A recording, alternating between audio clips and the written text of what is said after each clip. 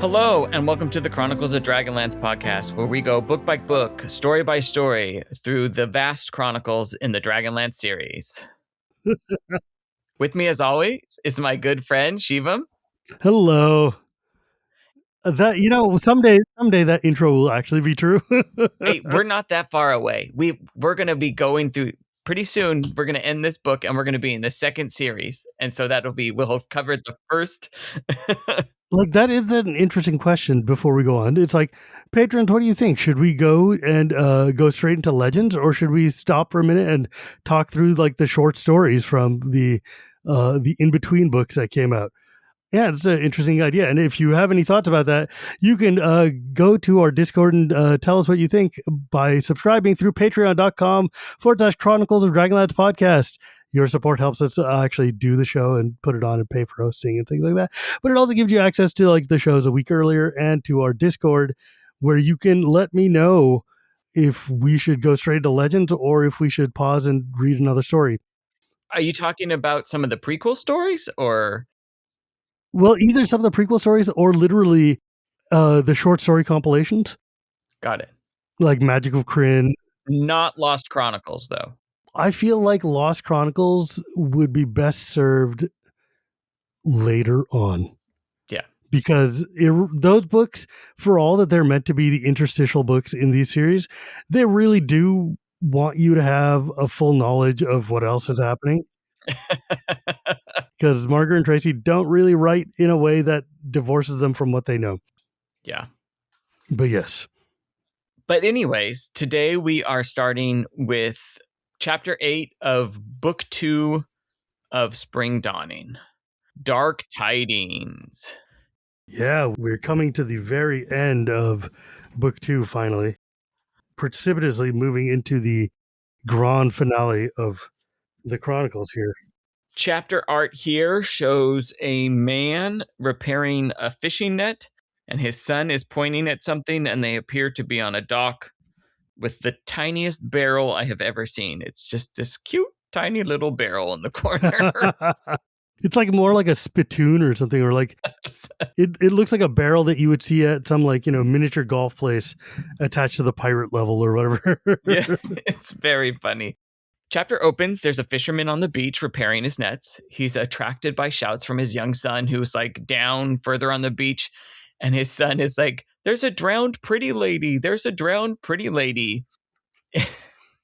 Yeah. The dad is like, "Hey, remember what we told you about telling stories?" And he's like, "No, I'm not telling a story. This is for real." And so they head down the beach. They follow the young boy. And what they find amidst all this wreckage is 2 women and 4 men, all wearing fine clothes. And that got me. I was like, wait, where did these fine clothes come from? Because I mean, well, look, they've been on the road. They've been underwater for a long time. And hiding among, like, trying not to, like, create suspicion. So a scene or... Yeah. And then they were dressed in disguise as the Red Wizard's troop. And well, effectively, so what happened here is that they were down in Ishtar, and the Dargonesti down there have a method of rescuing folks and bringing them back to shore when they do. And part of that is to create the illusion that these guys are all fine young nobles out drinking on a party boat that then upends because they got drunk and crashed it or ran to the rocks or whatever. Got it. So people don't realize that there are sea elves rescuing people. Gotcha. Yeah. Okay. And so the idea is that down in Ishtar, they've got all these rich, noble clothes from like, the ancient days of the Ishtarans or whatever that are just sitting around. And they take these things, they deck these people out, and then they surround them by flotsam and jetsam of ruined, dinghy. So when this fisherman dude is out here, he's looking at it and he's like, look, perhaps some of the townspeople with their fool pleasure boats had been out yesterday and stranded after dark. It's like, so there's a plausible deniability here of like, got it. Yeah, these guys are just a bunch of drunk nobles going out drinking. Kalaman has just been freed from the, they had the Golden General and all that. So these guys are out celebrating. They get wasted. There's a storm, and then they get wrecked. Yeah, okay, that makes sense. And so he thinks they're dead at first. He checks the pulse, and it finds out that no, they're still alive. They still have it. The first person to wake up, I believe, is Berem. And it's weird because we keep hearing that Berem like looks ageless. Yeah. Except he has old hands. And then here it says an older man wakes first, appears scared of the fisherman and his sons. Yeah, seemingly in his 50s. Yeah. Which is about what we're told that Berem is kind of like where he froze or whatever. And so he wakes Tanis up. We know it's Tanis because the Berem wakes up Tanis. And I mean, we knew it was Tanis. Who else could it be? Well, and he's also like, Tanis, wake up. So that kind of gives it away. Yeah. And the fisherman is like, hey, don't worry. We're not here to like rob you or steal from you. We're just humble fishermen, saw you on the beach and we wanted to help. Like little things where like the fisherman notices that none of them seem to have any water in their lungs. Yeah, like nobody's spitting up water. Nobody's looking half drowned. They're like, And so he sends his kid off to get the bottle of rum, and him and his wife kind of minister these people back to health. And it's funny because Tanis like asks where they are. And they're just a few miles north of Kalaman, and the fisherman laughs because he's like, how drunk were you guys last night where you don't even know where you are? We're 2-3 miles out of the city. What city is that? It's like, what the hell is wrong with you, dude? That must have been one hell of a party. Yeah, like, what are you even drinking? And he's like, yeah, we got off course. Like, how off course are you that you don't know what city you're in? And he's like, what? Were you drinking like vodka? What's going on? Yeah. Then they all remember, what happened. The Blood Sea, the Maelstrom, Raceland, Tika and Kalaman. Well, they vaguely remember. This is weird. I didn't realize that they would like kind of like mind zap them. Well, yeah, we get that hint from the end of the last book when Zebula is looking at Apoletta and Tika says something along the lines of, I'll never forget this place. And Apoletta kind of looks at her and smiles. And that's where like, oh, yeah, you're just going to like, mind wipe them and call it a day, like Men in Blackish or whatever. And I guess that's what they do because they just seem like Tika and Kalaman seem to remember that their relationship is at the next level. Yeah, like the side note in the Annotated Chronicles is that Karaman's love for Tika must be stronger than the forget spell that the Sea Elves cast. You don't forget getting laid. The fisherman is so nice. Like, my son will take you to Kalaman. And then that's where the story picks up again. They arrive outside the city, and it appears that the city is in mourning or at war.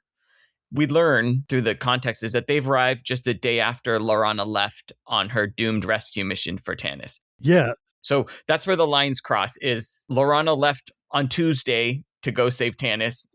And Tanis shows up in the exact same city on Wednesday. Yeah. The fisherman's son is like, yeah, it can't be war. And Spring Dawning Festival was 2 days ago. So I don't know what's the matter. We'll find out. Well, and he mentions the Golden General. Yeah, he's like, yeah, the Golden General, they won the war or whatever. And this dude's like, what's a Golden General? The Golden General who brought the dragons. And they're like, what good dragons? And then again, the fisherman's son is like, yeah, and I like that. And Tanis like, oh, yeah, of course, the good dragons, right. The good dragons, sure. Because he's like, wait, I don't want to sound too drunk or too out of it. Suspiciously bizarre. Yeah. How do you not know that's what you were partying last night, right? Right? Yeah. So they go off, and Karaman's like, we should probably buy weapons or whatever, because his news doesn't sound good. Who do you suppose the Golden General is anyways? The people seem to think a lot of him if his disappearance throws him into this much turmoil. And Tanis like, probably some nice Salamnia. The fisherman's son takes him to the fish market, and that's where they learn that the reason the city is down, even though they just celebrated, is that the Golden General has been captured. Yes. And so they're planning to find weapons. Kalaman mentions he has a purse of strange coins on him. And then it goes, or he did just a minute ago. He sees a small person disappearing among the crowds of the market. He chases after him and grabs him. Oh, what a coincidence. It's Tasselhoff. That was a little contrived, in my opinion. I thought it was a little lame. That's like, oh, yeah, of course Taz is right there. Just happens to be in the market, stealing from everyone, just so happens to take it from... Yeah, that's funny. Tasselhoff starts crying. He recognizes all of them. He bursts into tears and hugs them. And then we kind of jump to Tanis and Flint being reunited.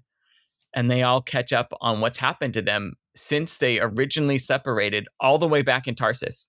Yeah, like an entire half of a book ago, right? Like, Yeah. not even like a half book, like a book and a half ago. They've been separated since Winter Night. It's kind of wild because you sit there and you realize, like, in hushed and broken voices, Flint and Tassov took turns telling their friend what had happened since they parted in Tarsus months ago.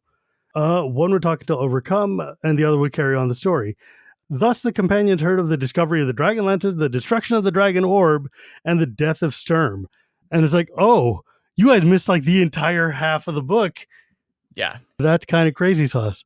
This is where we have to like remember that keeping separate what the two different parties know and don't know about what's going on. And here's where we're reminded that a bunch of stuff has happened that Tanis and Kalaman and Raceland, and they had no idea.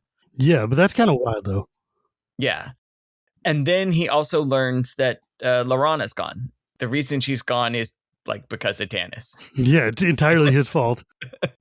Flint blames himself, but Tanis says, no, if it's anyone's fault, it's mine. And it's like, yeah, it is Tanis. It is your fault. We learn that Kit is supposed to show up today to demand the surrender of the city. Then we just jump forward to that scene.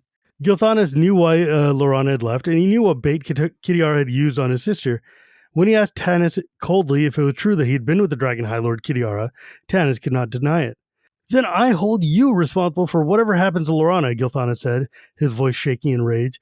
And I will pray to the gods nightly that whatever cruel fate befalls her, you will meet the same thing, only 100 times worse.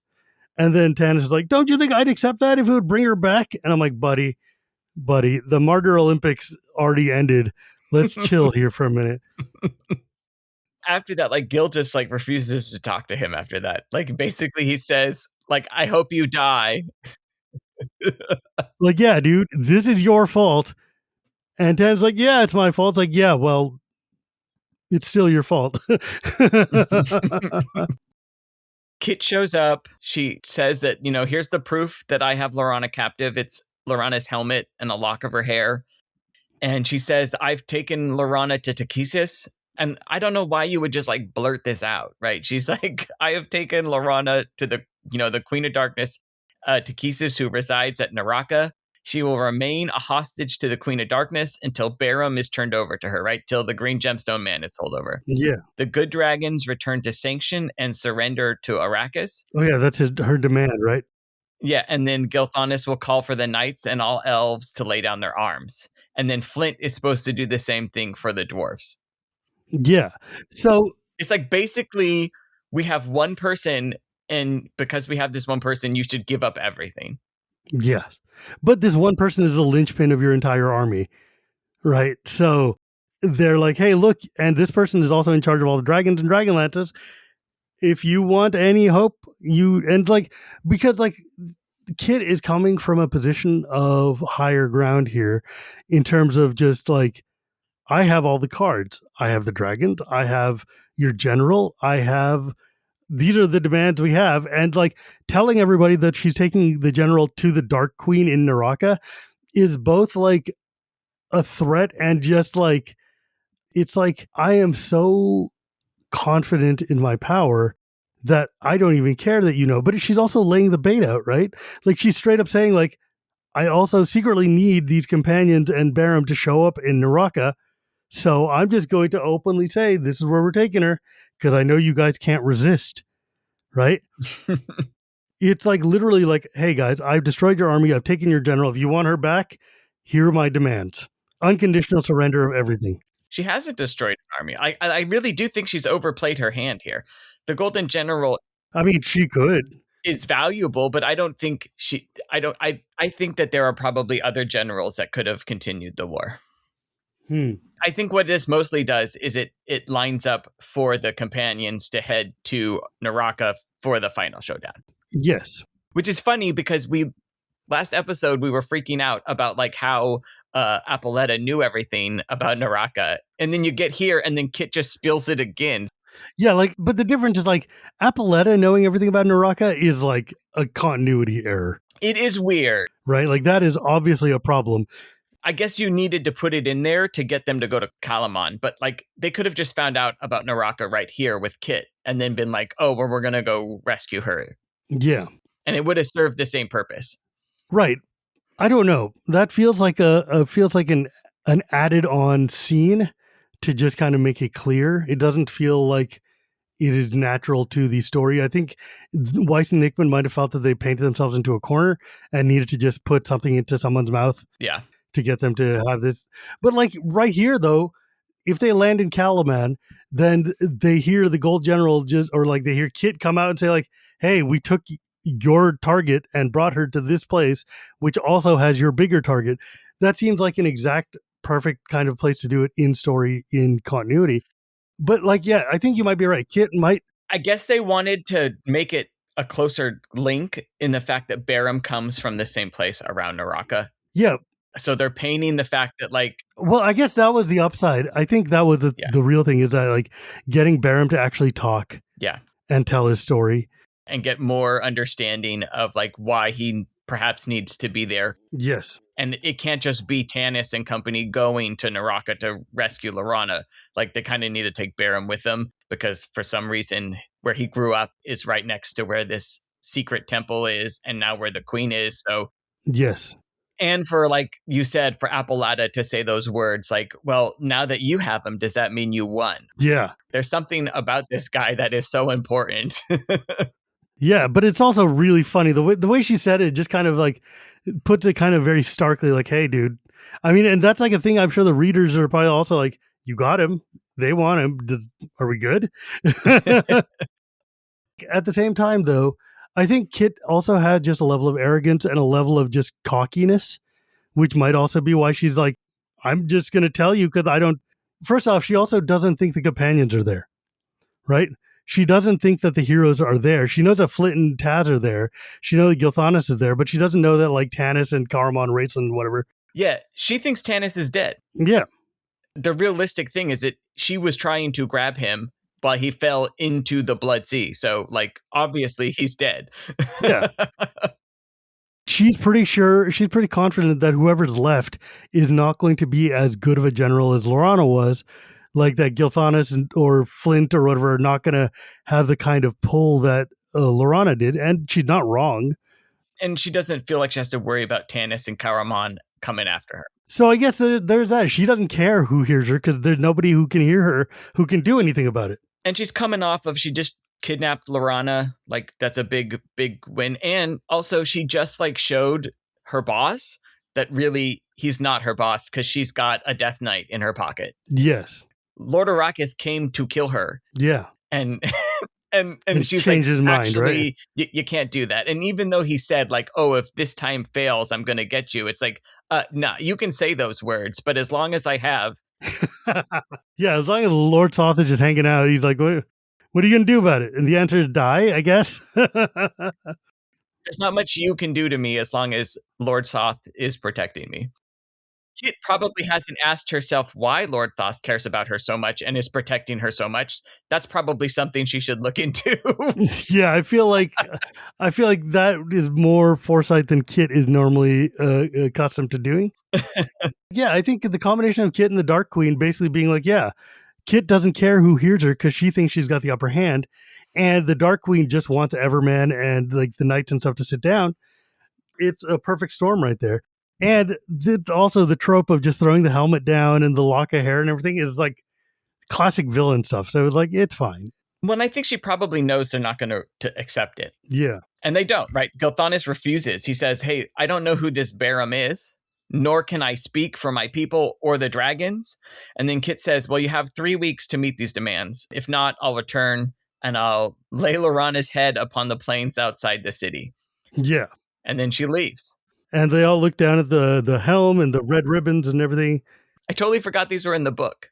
I had no recollection that these were in the book, which was very confusing when I was flipping through the atlas and everything, or when she mentions them, like, oh, I need flying citadels. You forgot the flying citadels? I forgot they were I completely forgot. Like, they're a big part of Legends at the end battle. And in this one, oh yeah, dude, out of nowhere, like, oh, I love this part because like Someone cried out in terror, pointing. Upon the horizon appeared an incredible sight. So awful was it that nobody believed it at first, each thinking privately that he must be going mad. But the object drifted closer, and all were forced to admit its reality, though that did not diminish its horror. Thus it was that the people of Kryn had their first glimpse of Lord Ariakis' most ingenious war machine, the Flying Citadels. Working in the depths of the temples of sanction, the black-robed magic users and dark clerics ripped a castle from its foundation and set it into the skies. Now, floating upon the dark gray storm clouds, lit by jagged barbs of white lightning, surrounded by 100 flights of red and black dragons, the citadel loomed over Kalaman, blotting out the noon sun, casting its dreadful shadow over the city. That is sick. That is so cool. Like, I love the floating citadels. I've always loved them. There were multiple pictures that they had done of what the floating citadels look like. And the doofiest one is literally just like a castle on top of a big flat plank, basically, of stone that's just kind of floating there. And the cool one is like the castle looking more ovaloid with like hunks of the ground ripped out with it that you see in like all the later artwork, where it just looks sort of like a big, jagged, like Dracula's castle floating on rocks. It seems like very much a Castlevania kind of thing. Yes, it's got the Castlevania 1 Dracula's castle floating in the distance vibe to it very strongly. Yeah. And also, like I sat there, I'm like there. I know there was a novel about the Flying Citadels, and I know that they've showed up in other places, but I wish we had gotten more about them just because they're so cool. Can you imagine whose castle this is and what it looks like and how big and imposing it is? Like, they don't really play that much of a role in the story here. Not until the next book. Yeah. I don't even remember them from the next books, the next series of books. So they're the big climactic battle, man. Like, yeah, I totally forgot. they act more as battle stations than as like they're not like Death Stars zapping lasers or whatever. When you think about it, the Flying Citadels, mechanically speaking, don't really do a lot. They float and they fly, and they're kind of like, they're more like big aircraft carriers than anything. I think actually, even like Tracy has said, like his idea behind the Flying Citadels was the B-17 bombers from like World War II or Vietnam or whatever. So they're basically meant to be giant army transportation devices that also just look scary as hell. Yeah. Well, for sure, you could just fly over a city and you don't have to worry about invading the city. Then you just drop draconians who have wings and can just float down. So, like, yeah, it's basically like, oh, exactly. We could have a pitched battle outside your walls. Or we can walk in. I will just park my flying castle over. Right. And drop all my army right behind your walls. That seems easier. I mean, that's exactly what happens in the book 3 of Legends. Like, they're going to Palanthas, and like all the defenders are on ramparts, and they've all got the knights and everything arrayed and stuff. And the Flying Citadels just kind of walk over and like kind of wave down below as they're going, and they're like, hey, and all these like defenders are just looking up and pointing. They're like, oh, that's bad. Like, they can just ignore us and just go entirely in by themselves. And yeah, that's exactly what they do.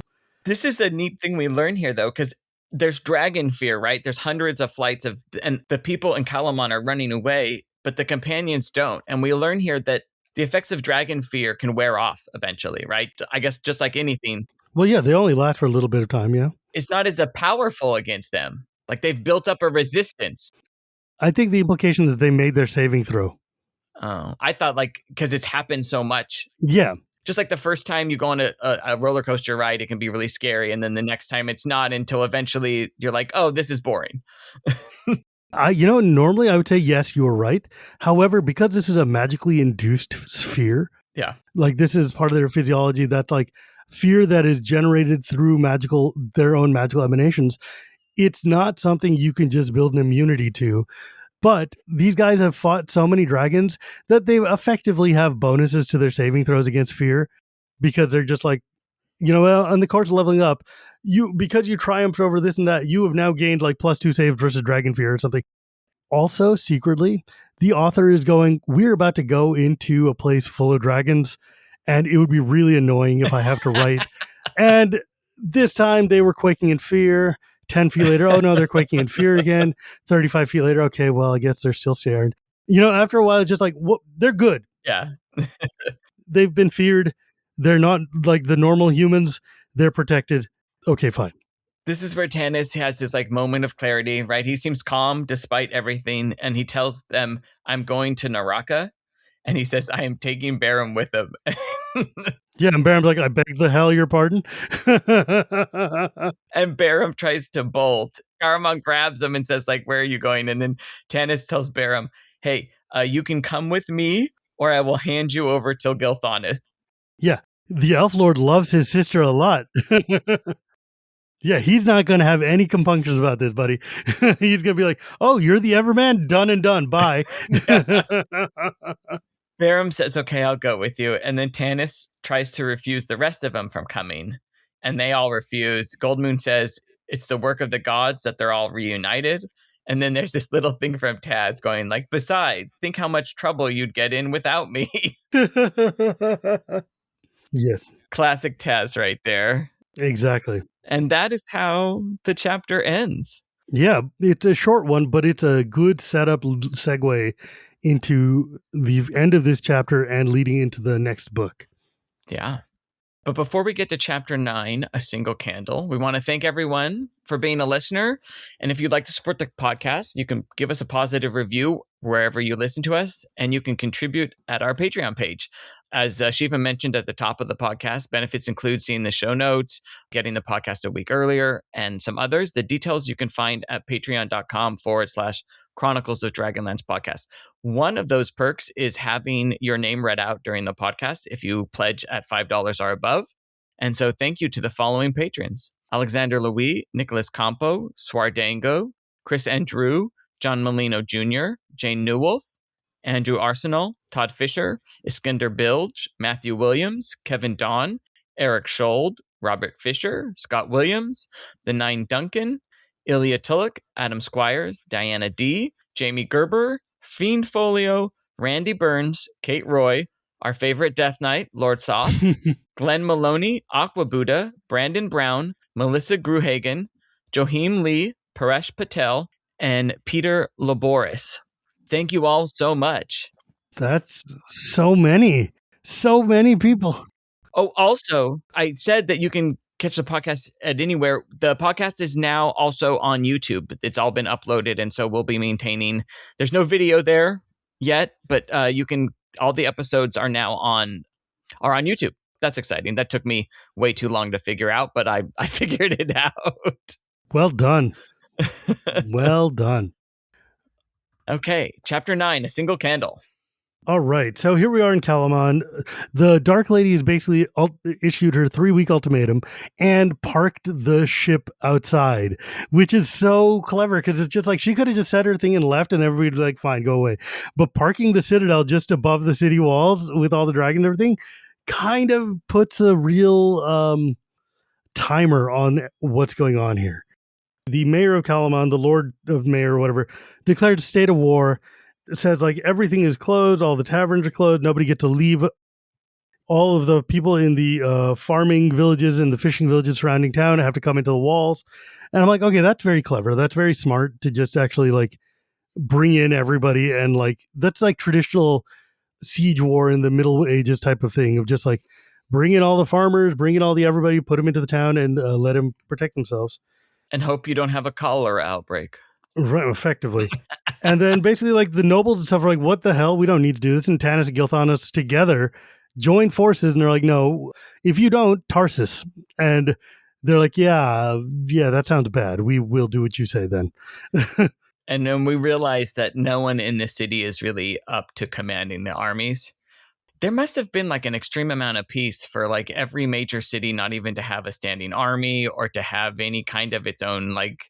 Well, they had like random militias and things, but like for like the 300 years or so after the cataclysm, most people were mainly focused on trying to rebuild civilization, period. Yeah. They've got enough to defend themselves from goblins or ogres, whatever, outside of town coming in. But no, they don't have like armed militias against evil because like they didn't have big evil running around. They had, the evils they were fighting were disease. Yeah. So there hasn't even been like enough regional conflict to have like armies, I guess. It's just basically town guard and militias. Yeah, because like Kalaman is far from everywhere. So it's like it used to be part of Solamnia I mean, it's technically part of Solamnia, but it's like its own kind of just city state. That's the thing. Is like a lot of these places were more feudal city states, and most of what their guards are doing is protecting traders going back and forth. Yeah. They don't really need a standing army, and nobody's actually got any battle experience, which is the more important part. Yeah. Well, and that's true, I guess, for the knights as well, right? They haven't been fighting any battles for 300 years. They go through their training, but Yeah, how much training can you do? Like marching only simulates so much. exactly. Like, yeah, they know how to fight against like sticks and dummies or whatever, but not actually. Yeah. And probably like goblins and other unorganized. Yeah. The companions kind of just take over the operation of the city because Tanis says, look, none of you can command the armies, so Gilthanas is going to do it. And this is because he's had experience being besieged by dragons. He has good relationships with the knights and with the good dragons. He has connections to our like non-human allies, the elves and the dwarves. So he's going to do it. And then Gil accepts. And I guess they're talking to each other again now. Yeah. Well, I mean, effectively, right? Like, Gil says, "Oh, I hated humans, but I've worked enough with them to realize that they're not all bad." yes. So, like, these guys are sitting there, and I mean, look, a lot has happened since the last time Gilthanas and Tanis talked. Gilthanas went through a lot. Well, and a lot of it we never even saw, right? We just got like the after effect. Yeah, we didn't see him going for the. He brought back the good dragons. Yeah. I think this scene is important both in showing growth for Gilthanas and elves in general and the ability of people to move past their biases.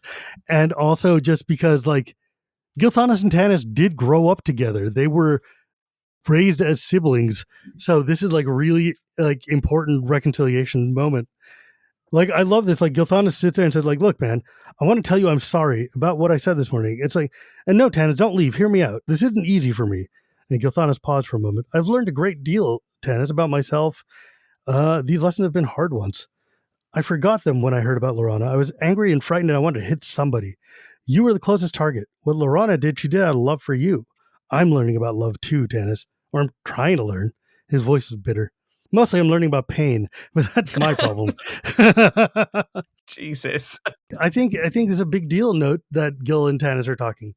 Before that, when he finds out he's going to be captain and he's talking to Tanis, he says, like, I have always despised humans, the elf lord said slowly, and now I find myself preparing to take on the responsibility of protecting them. He smiled.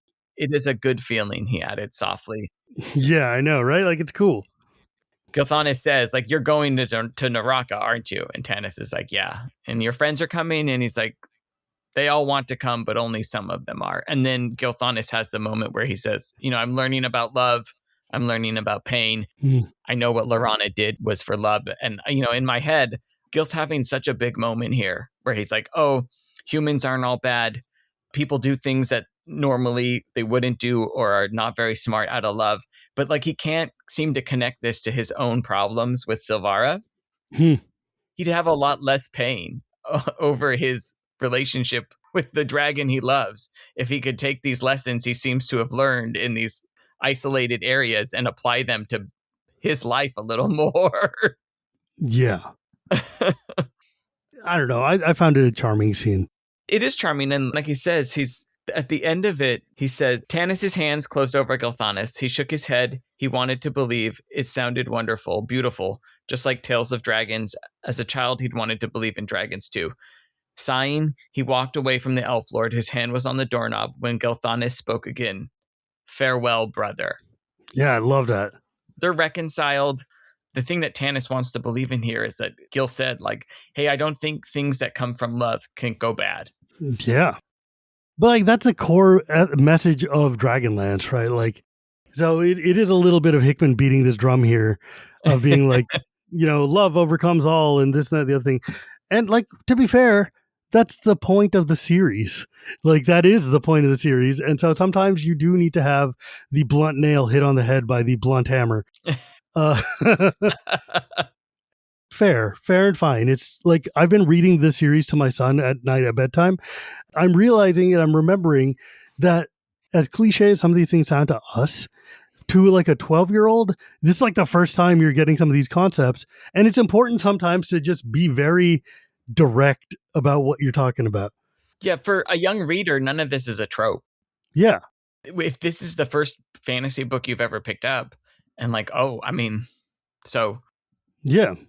Love Conquering All isn't even like a fantasy trope. Yeah, that's just like a storytelling period human yeah, trope. that's just humans, right? Like that's just humans. And then they go off, and we cut scene to the later that evening.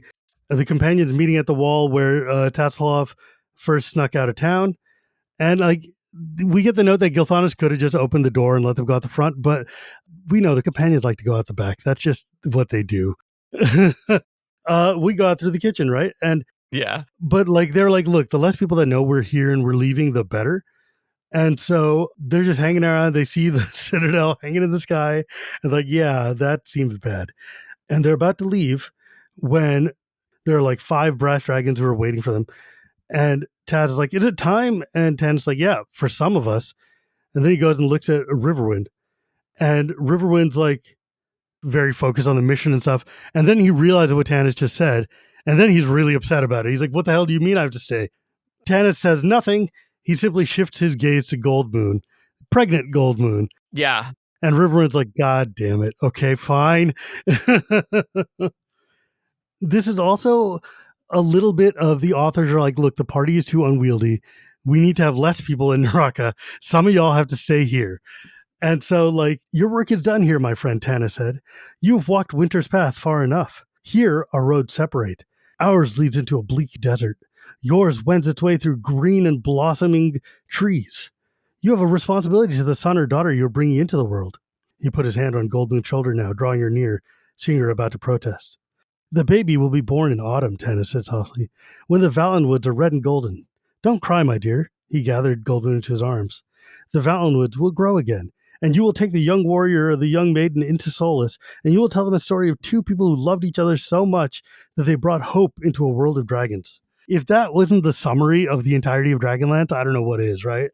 If you wanted a 1-sentence summary of what Dragonlance is, you could just say, you will tell the story of 2 people who loved each other so much they brought hope into a world of dragons. Like, that's it. You've done it. That is the elevator pitch right there. And it's great, and it's true. It's exactly right. You have to know, even if the party wasn't unwieldy, Tanis would not let a pregnant person. Yes. And you can't just leave her. Like Riverwind, you have to protect your wife. Yeah. Just because you're not going into the nest of vipers that we are, the world is still a very dangerous place. Mm-hmm. And so she needs you here to protect him. It's the exact next thing he says, because he's like, Gilthanas will need some help. So you're going to have to help him. And it's like, yeah, Gilthanas doesn't have an easy thing to do here. No. He's got to get this city ready for defense, and it might be invaded by the dragons that are literally hanging out here.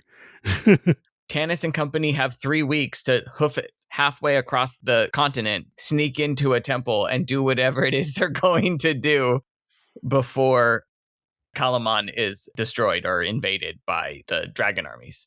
Yes, exactly. It's kind of crazy. It's really wild. And they say, and Goldmoon's like, all right, fine. Goldmoon and Riverwind basically accept it. They give Tanis hugs, and we move on. And these guys go off, sneak out the wall, and leave out into the city. And then they go, like, walk out into the plains, and they find these, they can hear, like, Draconians invading a village and burning it in the distance. And they realize that, it's on now, right? Like, the game is really afoot. So one by one, they run across the strip of the open grassland, and they find this shelter of trees where there's some small, fast-flying brass dragons who are waiting to carry them into the mountains and into Neraka. It's like impressive that these guys managed to dodge all the other dragons in the Citadel and everything. The Dark Queen's forces are pretty cocky and arrogant, and they're pretty sure that all the dragons are gone with Laurana being disappeared. So they just kind of ignore it, I guess. Why would all the dragons disappear just because Laurana disappeared? I don't know. Like, that doesn't make a lot of sense. I don't know, but maybe they're just expecting that any dragons would be too overawed by the number of opposing dragons to want to go anywhere. Yeah. It is a question I have. Like, where do the dragons stay with it? Like, did they stay with the armies? Do they come and go? Like, they never explain how the dragons interact with the. For all I know, where is the army? Is the army that Laurana was commanding? Yeah. Where is the army? Is it in Kalaman? Is it just outside Kalaman? Like, where is it? That is a good question. Gilthanas is in charge of it, and I have to assume it was at Kalaman because they had a big party there. But like, you never see any more knights, right? They never mention the other two knights of Solamnia who are like underneath her. Yeah. It's not really important because like the story shifts away pretty quickly to what's happening here, but does leave me curious why, if the army is here in Kalaman, why aren't all the gold and silver and bronze and brass dragons also here in Kalaman? And I don't know how many good dragons there are compared to bad dragons, but We'll discuss this more later, because the siege of Kalaman happens. Kalaman's liberated by the Golden General. It's been like really wrecked by by the citadels and everything. I'm just like trying to remember how this happened. I believe it's covered in Dragons of the High Lord Skies, and in like there's something else about, like, I remember that there was a thing about the siege of Kalaman, but I can't remember where it was, and I'm not going to try to just force that out of my head right now. that's okay. These brass dragons snuck in. They make their way to and the brass are the smallest, aren't they? Yes, they're the equivalent of the white dragons. Not quite as dumb, hopefully. No, I don't. I think the white dragons being animalistic, the brass dragons are like impetuous and kind of like sparky, but they're not like bad. They're not idiots. Got it. So there was the Doug Niles story about the Vanguard campaign, and in that the Whitestone Army drives near to Kalaman, and they fight against the Blue Army there. The Golden General has her dragons dam the Vanguard River. They wipe out a large chunk of it. We discussed this earlier, I think. Yeah. The good dragons fight the blue and the black, blue and red dragons. Kendra, like Tasselhoff flies around, captures Bakaris. Mm-hmm. So the White Star Army should still be there. But I think what it is that Kit's reinforcements have arrived. Got it. So like the huge flights of red and black dragons and the Flying Citadel were sent by the Queen of Darkness to come and deal with this. So I think that is really what happens here, is that the dragons are probably still there, but there's only so many good dragons and there's umpteen million more bad dragons. Got it. Okay. Each companion slowly runs across the field to get to these dragons. Tanis has real worries about whether this is something he can do or not. Whether he can or not, he doesn't really have a choice. There's a comment here as like Tika runs before him and then Flint goes and Taz goes. He says, Flint ran close behind, wheezing. The dwarf looked older. The thought that he was unwell crossed Tanis's mind, but he knew Flint would never agree to stay behind, right? Again, we're highlighting that things aren't all well with Flint. And then finally, it says, my turn, Tanis realized, seeing the others safely sheltered within the grove. This is it. For good or for evil, the story is drawing near its end. Glancing up, he saw Goldmoon and Riverwind watching from the small window in the tower room. For good or for evil. What if it does end in darkness? Tanis wondered for the first time. What will become of the world? What will become of those I'm leaving behind? Steadily, he looked up at these two people who were as dear to him as the family he'd never known. And as he watched, he saw Goldmoon light a candle. For a brief instant, the flame illuminated her face and Riverwind's. They raised their hands in parting, then extinguished the flame, lest unfriendly eyes see it. Taking a deep breath, Tanis turned and tensed himself to run. The darkness might conquer, but it could never extinguish hope. And though one candle or many might flicker and die, new candles would be lit from the old. Thus hope's flame always burns, lighting the darkness until the coming of day. And that is how chapter 9 and book 2 of Dragons of Spring Dawning ends. Awesome. Just this moment where Tanis sees like we said this before, and it seems to be a very popular topic for stories now. Not so much when we were kids, I think, but like found family is like a huge storyline. It's like a trope today. Yeah. I don't feel it was as much as a trope when these books came out, but it's very much it's part of Tanis' story for sure, Yes. is the found family. Well, and actually for all of them, right? Like, doesn't Flint have a family? Flint has a clan and he's got a lot of brothers and he's got a lot of sisters and a lot of family and stuff, but he's been living on his own for a long time as a wandering trader and traveler. Got it. And he basically adopted Tanis and Sturm and Kalaman and Raceland to be his effective kids. Got it. So he's been the father figure of these guys running around for many, many years. And like, yeah, this really is like the whole premise of the story is a bunch of outcasts living in Solace. Sturm has been thrown out of his country. He's a refugee. Karaman and Raceland, their mother is in a coma and their father is a useless woodcutter and or dead. Tanis has been thrown out of his country for racism. It's basically this whole group of misfits and outcasts find each other, bond with each other, and it's their bond that helps them save the world.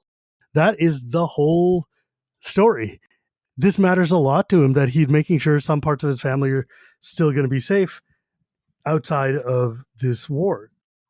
I think it's a big deal. I really like the way this chapter ends. I really like the setup because it really feels like we're gearing up for the final. It seems like a very clear setup to the final part of this story, and this trilogy is right. And they seem to know it, right? And on the yes, where Tanis says to Riverwind, look, where we're going is dark and it might end badly, and when you're going is light and needs to continue on. And then the whole talk about hope and flames. So yes, that is where chapter 9 ends. And next time we'll start with book 3, chapter 1, An Old Man and a Golden Dragon, which is a fantastic chapter. I love every part of this. yeah, it's super fun. That's for next time. Before we sign off, we do one more thing. And Shivam, I wanted to ask you, what is your one more thing for this episode? Well, the thing that has been obsessing me for the past month or so is this game called Caves of Qud, Qud. It is an utterly bizarre. When you look at it on the surface, it looks like a game from the mid-1980s, like ZDT or Ultima, or any of these old games that you would have played on a monochrome green screen when you were a kid. Your character taking up one square. You attack people by moving next to them and hitting left, standing far away and hitting F to fire a gun at them. It is an incredibly hard to get into game. Yeah, it's a roguelike, right? It's a procedural roguelike that has a story, and the story plots are all fixed, but like the dungeons and the layouts of the dungeons and stuff are randomized every time. You start in a city and you can go and you discover the story, you unwind it through like quests and books and lore that you discover. You can make friends with plants and you can make enemies of sheep. You can have things fall in love with you. You can grow mutations. You can have it. Like right now, my character, his legs have been severed and he's got tank treads for legs. And on his back, he's been grafted this giant jetpack / concussive explosive device that gives him flight and things. And I've got cybernetics that give me 4 extra arms. And it is just, and this is like the most normal character you're ever going to find. Because like the other half is like, oh yeah, I could be a 2-headed, 6-legged mutant running around. And in this world, water is the currency, and you trade and you look for things and try to find water and trade for it. And it seems to take place in a post-futuristic Levant, like, so it's in the Near East, and it's a very Jewish-based story. I was going to say, oh, so it's like Dwarf Fortress, but this doesn't sound anything like. Yes, it is exactly like Dwarf Fortress. Oh, it is. It came out, it was definitely inspired by Dwarf Fortress. It came out very shortly after it. It came out in 2012, was in early access for like a decade plus. Oh, wow. It's been around for a long time. And then it finally came out to its 1.0 release last year. And I discovered it because the 2 creators play Magic. And so I called them on my podcast and I was like, I should play your game before I have you on just so I know what I'm doing. And then I became fully addicted to it. And they put it out on the Switch, and now I'm just like, this game rules. It is so good. It's so complicated. But God, dude, I'm like running around right now. I've got this goat man assistant. I've got this sentient bear dude and his whole party. I got a bunch of, I proselytized to a bunch of kobolds, so now they're also following me along. and it's so much. It's so much fun. It is so bizarre, and it's so compelling. And one of the best games I've played in a long time. Okay, Caves of, and it's pronounced Cud. Well, that's how I call it. I mean, I don't know how you pronounce QUD. Yeah, QUD is hard. Cood. Yeah, it's Caves of Cud. That's how the designers call it too. It's so much fun. That actually is a pretty good tie-in to what my one more thing is because my one more thing could be considered if you took Caves of Cud or Dwarf Fortress and you decided to write a narrative story about it. Yes. Because I have been reading Dungeon Crawler Carl by Matt Dinniman. And for those who don't know, it is a genre that is called lit RPG, where the characters in the books seem to know that they are in what we would consider a JRPG or a Western RPG, where they have stats and they have equipment and it can be they level up. Dungeon Crawler Carl is very ridiculous, and it leans into the ridiculousness. Oh yeah. Not only of that premise of like a lit RPG, but just the premise of being in a giant dungeon. The setup for this is like, it's kind of like Running Man, right? It's a game show where everyone on Earth is in the game show and they have to get through 18 levels of a dungeon. There are 7 books out. The 8th one comes out in May. And I picked up as like a Christmas gift card at Barnes & Noble. I picked up the first book at the end of January, and I have plowed through all the books and am now waiting for the next release. So it's fun, it's ridiculous, it's light, it's fast, and that's apparently something I needed in my life right now. So yeah, dude, I read book 1 and it's delightful. Yeah, it's very chill. If there's such a thing as a cozy dungeon crawl, that's it. and like the premise is not cozy at all. You wouldn't think, because like it's basically the world is being conquered, and like the universe has a game show. When they conquer a world, they make the people who are in that world participate in this game show where you can die. You're supposed to feel that the premise is serious, but it is not written very serious. It has up moments and down moments and sad, but like the premise is ridiculous. The main character, Carl, runs around in heart boxers. And that's through 7 books. But he hasn't been able to get pants. So that's where we are. So that's my one more thing. That's awesome. Good fun times. Yeah. Well, thank you again for joining us for the episode. Next month, we start, as I said, with book 3, chapter 1, An Old Man and a Golden Dragon. I wonder who those folks could be. And as always, you can find our Blue Sky accounts, Discord, and Facebook group, as well as details on the Patreon and our One More Things in the show notes. Before we go, Shivam, you want to tell them about your other stuff? Oh, yeah. You can also hear me on Casual Magic or on the Shivam and Wheeler Love Magic podcast, available wherever podcasts are sold. Right. Well, we'll see you next time. Bye, Shivam. Bye-bye.